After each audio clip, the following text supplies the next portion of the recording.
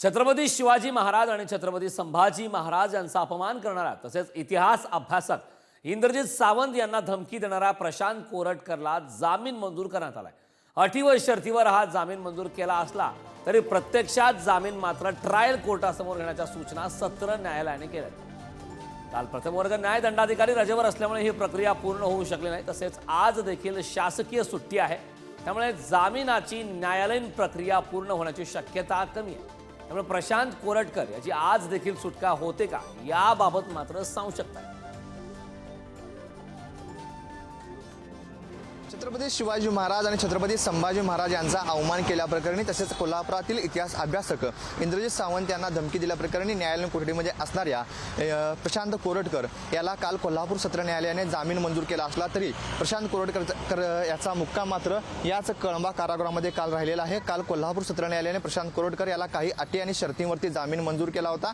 जामीन जरी मंजूर झाला असला तरी ट्रायल कोर्टासमोरच जामीन घ्यावा असं सत्र न्यायालयाने सांगितलं होतं, परंतु ट्रायल कोर्ट सुट्टीवर असल्यामुळे प्रशांत कोरटकरची न्यायालयीन प्रक्रिया काल पूर्ण होऊ शकली नव्हती। आज तर ती प्रक्रिया पूर्ण होणार का याबाबत देखील साशंकता आहे, कारण की आज शासकीय सुट्टी असल्यामुळे प्रशांत कोरटकर याच्या जामिनाची आणि जामिनासाठी देण्यात आलेल्या रकमेची पूर्तता करणे गरजेचे आहे। ती प्रक्रिया आज पूर्ण झाली तरच प्रशांत कोरटकर याची या कळंबा कारागृहातून सुटका होऊ शकते, परंतु जर त्याची न्यायालयीन प्रक्रिया पूर्ण झाली नसेल आणि जामिनाचा लखोटा कळंबा कारागृहामध्ये पोहोचला नसेल तर मात्र आज प्रशांत कोरटकरची यातून सुटका होईल का याबाबत देखील साशंकता वर्तवली जाते। खरं तर कोल्हापूर सत्र न्यायालयाने 3 महत्त्वाच्या अटी घालून प्रशांत कोरटकर याला जामीन मंजूर केलेला आहे।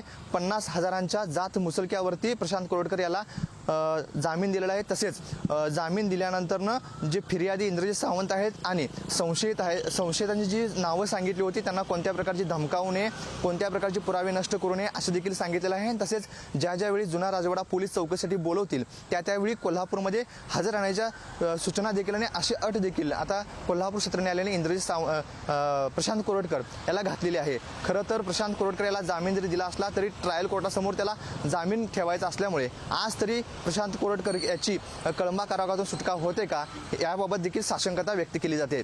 कॅमेरामन ओंकार वळवडेसह स्वप्नील पाटील, पुढारी न्यूज, कोल्हापूर।